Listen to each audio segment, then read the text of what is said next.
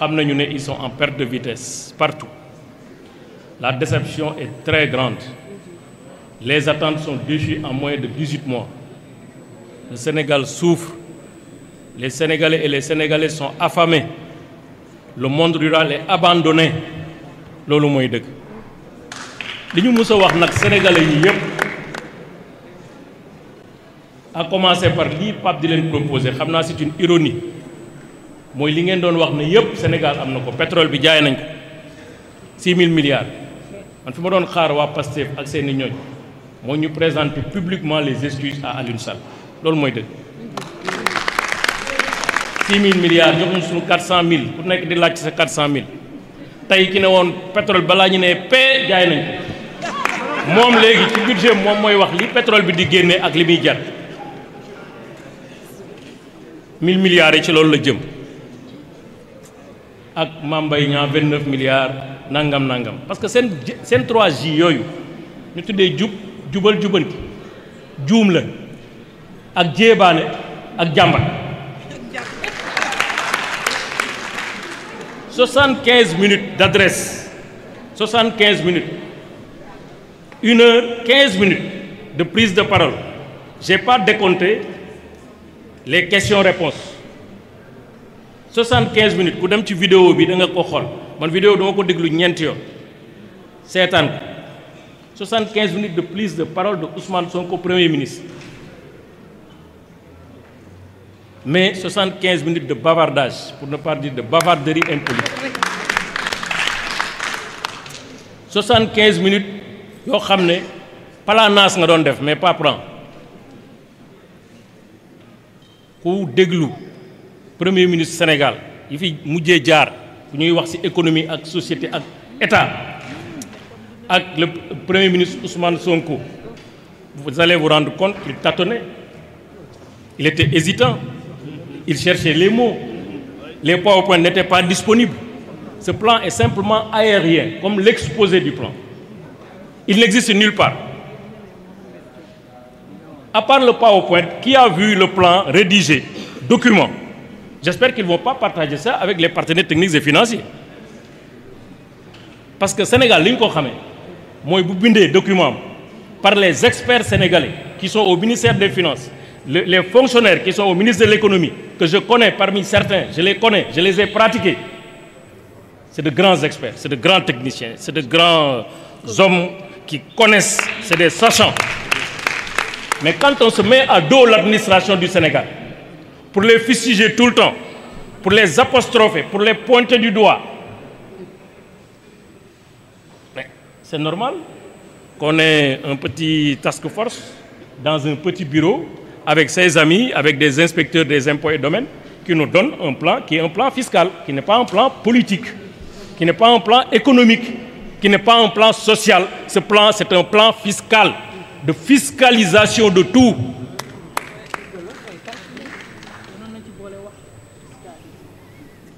Kon plan bi moom moo àtte boppam parce que PowerPoint moo am doo dem site ministère des finances ba fekk fa plan bi doo dem site économie fekk fa plan bi site bi sax ñoo amuñu site le site est en pour vous dire que j'ai recherché doo dem primature fekk fi plan ba doo dem présidence fekk fi plan ba PowerPoint ngay fekk PowerPoint mooy j'ai un plan j'ai extrait de ce plan quelque chose que je vais présenter. Et c'est une présentation du plan. Mais ce n'est pas le plan. Qu'est-ce qu'ils vont donner aux partenaires techniques? Qu'est-ce qu'ils vont donner à l'opposition? Qu'est-ce qu'ils vont donner à leurs partenaires et à leurs amis? J'ai vu mon cap faire une conférence de presse sur le plan pour appuyer. Sur la base de quoi? Un PowerPoint. PowerPoint, mom, lolo neex nga def ci. Man lol solo jarul ñuy fal ay nit. Non?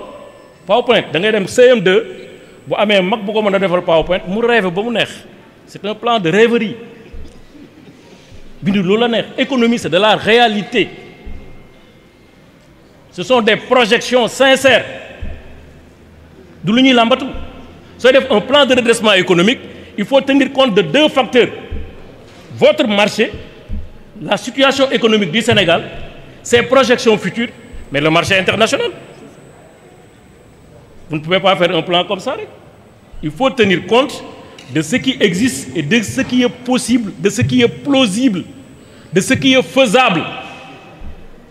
Comment pouvez-vous imaginer? Vous avez un document qu'on appelle document de programmation budgétaire économique pluriannuel sur 2026, 2027, 2028.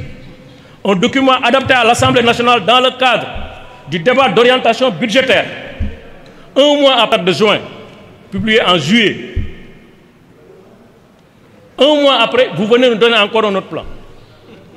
Comme vous nous avez donné un plan en octobre 2024.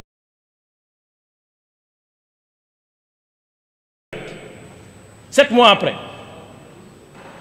Ku jàngul nag du tari. Wala bok li nga jàng rek nga mën a tari. Ñoom fiscalité lañ jàng, qui est un pan de l'économie.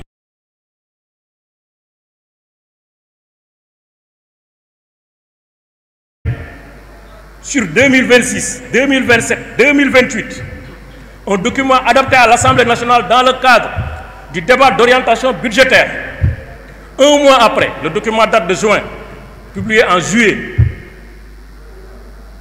Un mois après, vous venez nous donner encore un autre plan. Comme vous nous avez donné un plan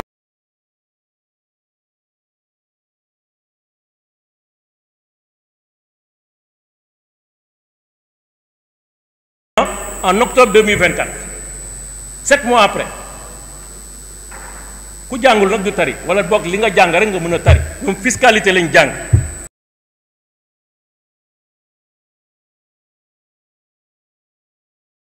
Qui est un pan de l'économie. Fiscalité, c'est les recettes.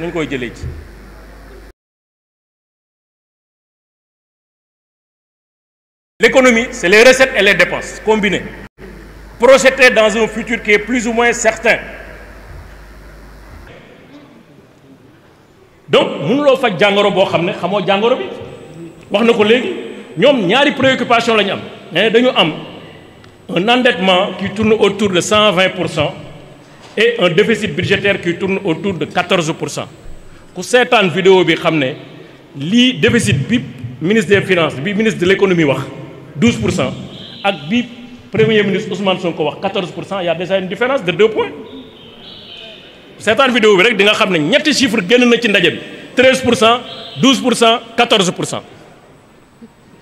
Yow kon xamoo kii li ko dal xamoo ndax dafa palu cancer xamoo ndax dafa tuberculose. Après, vous créez quelque chose pour ne pas vous faire. Le diagnostic, le diagnostic n'est pas sérieux. Au Sénégal, ce que nous avons dit, au Sénégal, 75 ou 74% de taux d'endettement. IGF, Inspection Générale des Finances, ce qu'elle a dit, c'est que nous avons un taux d'endettement qui tournerait autour de 85%. Cour des comptes du Sénégal, auditant le rapport de l'IGF, ce qu'elle a arrêté, c'est qu'on était autour de 99%. 120% ou 119% n'est qu'un document, document de programmation budgétaire. N'est qu'un document comptable public officiel du Sénégal. La première fois que cette information a été révélée est une banque anglaise, Barclays, qui est une banque étrangère. Ça veut dire quoi? Ça veut dire qu'entre le jour de la passation, ou en tout cas la période d'audit de 2023, décembre, et nous avons eu pouvoir, entre mars ou avril 2024 et juillet 2025, effectivement, ils ont augmenté de 20 points le niveau d'endettement du Sénégal. Ça, c'est déjà un aveu de taille. Nous avons dit que les bords. Nous avons dit que les bords, mais le premier endettement, eurobond, c'est 450 milliards, 750 millions de dollars. Nous avons dit que mais nous avons dit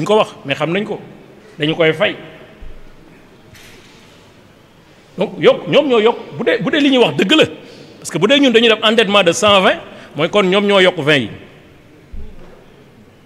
Bu dee de loolu amul mooy kon dañu waroon na yem pour li ñuy wax ne feebar bi fii la yem ñu indi saafara bu tolloog feebar bi ñu identifié donc déjà ci feebar bi y a un doute ci feebar bi y a un doute maintenant nag boo duggee ñoom ci seen biir plan di nga gis ne plan bi tenirul compte réalité économique internationale parce qu'en réalité FMI nee na monde bi croissance am dina régresser en 2026 de 0,5%. monde bi croissance am dina régresser de 0,3% en 2027. FMI ne monde bi perturbation bi ñuy jëm perturbation bu graaw la boo xam ne dafay am conséquence sur les chaînes d'approvisionnement. monde bi fi ñuy jëm bi ñu évaluer risque bi en 2025 avril 2025 le risque de récession économique est de 30% en lieu et place de 17% déjà évalué. Ça veut dire que on est dans un milieu international qui va dans tous les sens. Les droits de douane imposés par le président américain Donald Trump vont avoir des impacts au Sénégal parce que nous avons une économie extravertie. Pourquoi? Parce que lu ci bare ci sunu ay matières yu ñuy consommer c'est des matières qui nous viennent de l'extérieur. Mais évidemment, si les droits de douane sont à des niveaux extraordinaires sur l'international, il y aura des impacts sur les pays qui vont travailler avec le Sénégal. Il y aura même des impacts sur le Sénégal parce que le Sénégal n'est pas encore exonéré sur les droits de douane. Donc pourquoi le plan n'a pas tenu compte de ça, de ces risques sur le plan international? Est-ce que gis ngeen fenn ci plan bi fu ñu defee ne am nañ analyse de risque et de menaces sur le projet? Parce qu'un projet économique, un plan, forcément, mais business plan sax bu ko entreprise privée yi di def, mais il y a une évaluation du risque. Rien. waxuma nag léegi nag incohérence non du ma économiste mais jàng naa finance nag bi ma koy jàng nag làmbatuwuma gis nga plan bi ñoom recette globale projetée lan lañ ci wax ku am fitu rek tontu ci loolu recette globale projetée qui vont résulter du plan ñaari chiffre au moins mun nañ ko ci jàpp am na chiffre boo xam ne dafa ne 5667 milliards am na beneen bu ne 6202 milliards seen plan une différence d'environ 500 milliards 500 milliards c'est environ 8% du plan donc au moins kon dinañ génne plan bi dañ génne ci chiffres yi 8% bokk dinañ génne 1062 ou 1192 ou etc. parce qu'ils ont prévu 4605 milliards bi ma defee décompte bi sax c'est pas 4605 c'est 4602 pour être précis parce que montant yi boo ko dooleel rek mu jox loolu ñu ngi ci dugal 50 milliards mooy li ñu wax ne ñoom moom la ñuy def réduction de la taille de l'État dans les documents c'est 100 milliards qu'ils ont comptabilisé dans les 6202 milliards et ils ont dit non 50 la ñuy projeté pour l'instant mais bon yeneen ni c'est en des études sont en cours tout est en étude tout est en cours parce que dañuy làmbatu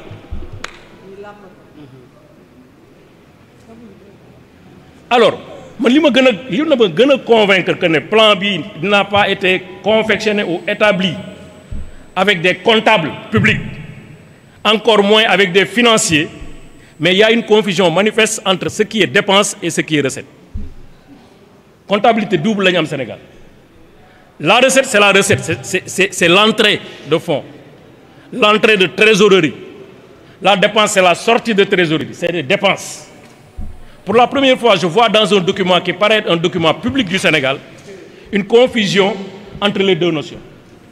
50 milliards, ñu ne parce que ñun dépensé wuñu 50 milliards, donc 50 milliards day ñëw en recette. C'est une catastrophe. Vous n'avez pas dépensé, vous n'avez pas dépensé. À la fin de la journée, on va évaluer vos dépenses et vos recettes. Et vous aurez un plan excédentaire ou un plan déficitaire. Mais vous ne pouvez pas dire, je ne vais pas dépenser ça, donc c'est une recette pour moi. C'est une fausseté. Financièrement, c'est une fausseté sur le plan comptable. Une autre fausseté sur le plan financier, vous ne pouvez pas dire, j'ai des recettes de 4605 milliards. Ces recettes de 4605 milliards, si je les injecte dans l'économie, ça va me donner 1062 milliards. Non, ça ne se passe pas comme ça. D'autant plus que dans votre propre plan, les 4600 et quelques milliards que vous projetez d'avoir vont aller vers les ménages, vont aller dans les secteurs sociaux, vous l'avez dit, C'est donc l'éducation, la santé, etc., etc. Sur ça, il n'y aura pas de fiscalité.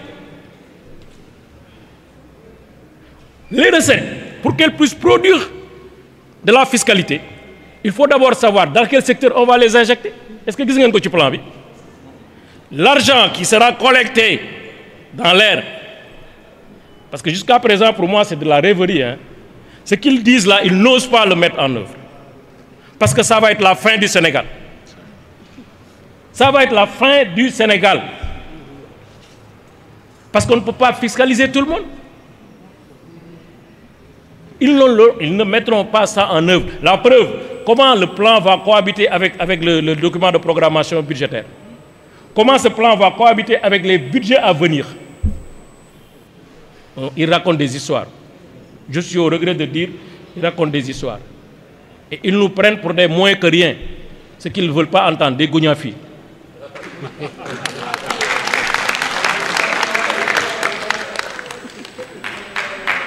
Mais balaa ngay dépenser li ngay am da nga koy jot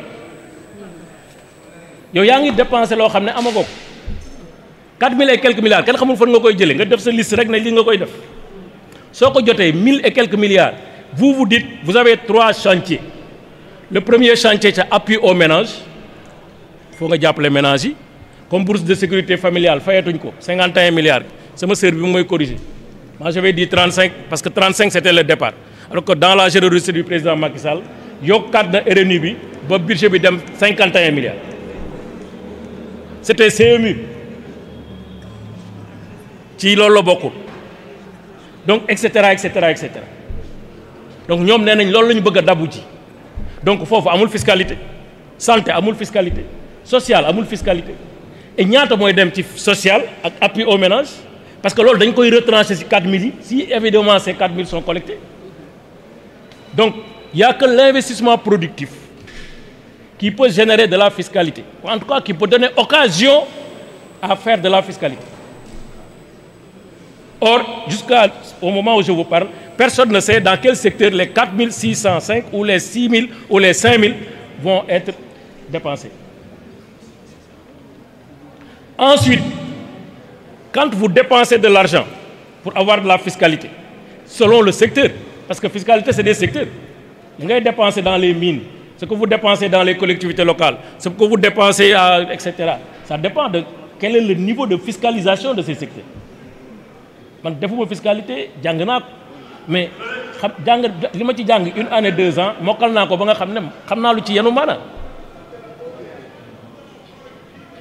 donc, il y a 1000 et quelques milliards de fiscalité. Et quel ban secteur nga koy def pour mu jur 1000 et quelques milliards ban secteur nga koy def ñaata nga ciy dépenser parce que doo jël 4 000 yëpp de xanaa dépenser ko di xool Sénégalais yi di nga leen jox ñu dund di nga leen subventionner di nga def lii di nga def lii di nga def lii di nga def lii donc si on suppose qu'il y a 50% de l'argent qui seront injectés dans des secteurs productifs donc c'est 2000 et quelques milliards ça ne peut pas produire 1000 et quelques milliards.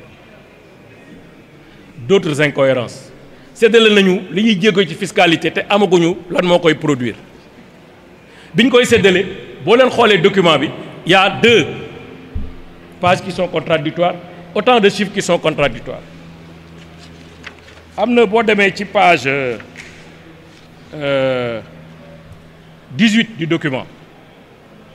Nee nañ li ñuy jotee ci fiscalité bi muy 1062 milliards. Première année, 274 milliards lañ ciy dépensé. Deuxième année, 444 milliards. Troisième année, 344 milliards. Sur la page 28 du même document, nous devons comme nous def. Page 29. Même montant, c'est 1555 milliards, recettes fiscales. Provenant de l'injection supposée, etc. Après, ils disent, décomposition est la suivante. Première année, 298 milliards. Deuxième année, 482 milliards. Troisième année, 375 milliards de francs CFA. Il y a le chiffre, le Nidjel. Li moy faux. Li moy maquiller des chiffres. lii mooy diffusion de fausses nouvelles. C'est ça. Faux usage de faux, manœuvre frauduleuse, diffusion de fausses nouvelles. Léegi ca foofu laa terminer parce que Abdou xam naa ne il faut mu wax ci yi nga xam ne lu am solo la. Quand vous prenez le plan parce que wax naa leen ñaari chiffre moo ci nekk mais man je prends toujours le plus grand chiffre 6206 milliards. Quelque part dans le même document, ils disent que les montants qui seront issus du recyclage d'actifs sont de 1124 milliards. Dans le projet, ils disent 90% seront des trucs domestiques. C'est-à-dire que 90% des recettes, pour dem 90%, ce sera les recettes domestiques. Yónnee xaalis Touba te doo si fay dara fii ba 18 safar ak Orange Money qui seront issus du recyclage d'actifs sont de 1124 milliards. Dans le projet, ils disent 90% seront des trucs domestiques. C'est-à-dire que 90% des recettes pour dem 90%, ce sera les recettes domestiques. Moi, je suis maire. Lui, il est président du conseil départemental. Et je suis un maire fier de l'être de Thiadiaye, dans un monde rural. Mais vous imaginez qu'ils vont prendre les terrains du domaine national, c'est en fait ça la vérité, ce qu'ils veulent faire. Ils vont prendre les terrains du domaine national, ils vont les immatriculer au nom de l'État du Sénégal pour les revendre aux paysans. Et ils ont prévu d'augmenter les loyers sur le domaine de l'État. Le domaine de l'État, c'est le domaine privé et le domaine public. Le domaine privé, c'est les biens qui sont immatriculés au nom de l'État, au service de l'État, dans le cadre de ses activités et de ses transactions avec les populations, les ménages et l'entreprise. Madame, 600 millions yi jógee foofu xam nga fan lañ koy jëlee. milliards parce que man tàmmu ma sax di wax ay millions. mais ñoom dañuy wax ay milliards rek mais ay milliards yuy rêve. Il y a certainement une banque quelque part dans le ciel où ils vont prendre ça. Dans leur tête. Alors 600 milliards yi xam nga lan la domaine national amul lu ñuy régulariser. La loi de 1964 est très claire sur le domaine national. Les terres ne sont pas immatriculées. Les terres sont des TNI qui sont administrées par les collectivités territoriales. Ça a toujours marché jusque-là. Il n'y a aucun problème. Ils vont prendre ces terres qui appartiennent au peuple et au terroir pour les immatriculer au nom de l'État. Après, def ci ay beau. Madame, ko amone sa terrain tay dans le domaine national, il faut s'attendre à ce que ñu ñëw suba ne la kaay ma defal la ci bail mais da ngay fay 100 000 wala 200 000 wala 300 000 wala 400 000 wala en fonction de la valeur qui sera déterminée.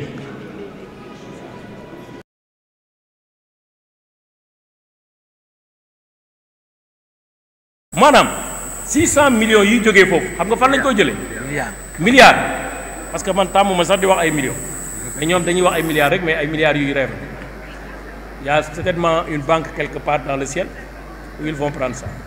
nga xam ne wàññi nañu li nga xam ne moom lañ doon jot yéexal ko ba xam ne léegi dañ la daan xoolal mu ngi nii waaye bu ko laal c'est ça.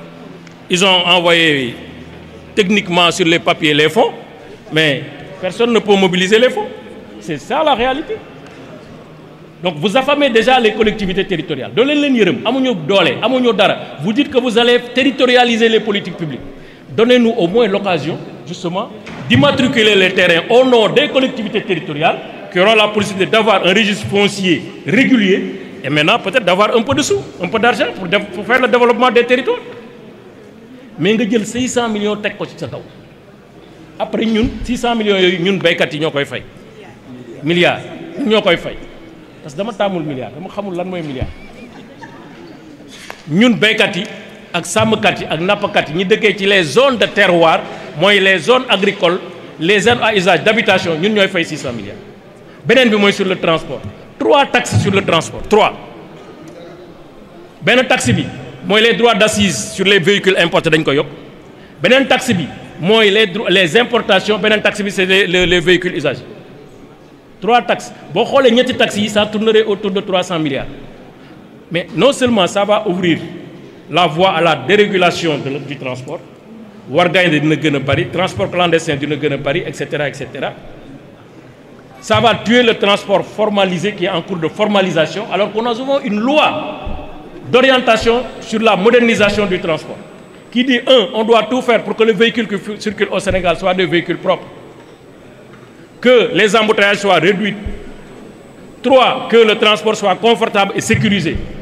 Mais bu ñu fi indee ay véhicules yu am 10 ans 15 ans et cetera ñëw fii Sénégal accident yu bëre à concurrence de 10% c'est le véhicule. Transport bi day yokk parce que boo yokkee ni ñuy amee oto bi mooy l'outil de travail transport privé dafa yokk donc comme ni canal def rek le transporteur yi def ils vont répercuter les coûts d'exploitation sur le produit pour avoir des marges parce que investir c'est créer des marges c'est créer de la valeur. beneen bi nag foofu laay jeexalee toujours ci monde rural mais ci pêche bi am na président Macky Sall bi mu ñëwee gis pêcheurs yi li ñuy dund dafa subventionner le carburant à concurrence de 8 milliards par année par carburant pirogue boo leen gisee document bi nee nañ dañuy yokk taxe carburant pirogue donc ça veut dire quoi ça veut dire que li ñu leen mayoon nga xam ne dafa yombal dem bi ak dikk bi dafa yombal seen liggéey pour ñu indi jën moo amatul Sénégal léegi dañuy yokkaat nag jën dootul bareeti parce que bu dee da nga am budget de transport supposons de 20 000 francs léegi carburant bi yokku ba finalement sa budget de transport 10 000 la wala 12 000 say voyage pour dem pêcher da koy wàññeeku boo pêcher ba ñëw pour fay pour jaay li nga pertoon ci say trafic ak sa quantité de pêche da nga koy répercuter jën gën a cher sénégalais bi trinque ñu taxé influenceur taxé chroniqueur taxé téléphone bu fiy duggati 200 milliards lañ prévoir pour 240 milliards ci taxes yi taxé redevance audiovisuelle taxé téléphonie maanaam ngeen di woowante ni ko Pape Noir loolu yëpp taxes yëpp boo ko boolee xam nga ñaata mat na 500 milliards kan moo koy fay ak connexion ku koy fay le sénégalais lambda ñoom jënduñu téléphone fayuñu connexion fayuñu facture taxé ñiy tux cigarette taxé ñiy def jeu léegi nag benn rek moo fi des taxé leer comme ça koy nooyi da ngay fay man mi sama bakken bu rëy bi moom xam naa damay defi sirine maa ngi leen di gërëm di leen sant asalaamaaleykum wa rahmatulah. Merci beaucoup. Le dernier intervenant, s'il vous plaît, s'il vous plaît. Je voudrais inviter l'honorable député Abdou Mbow.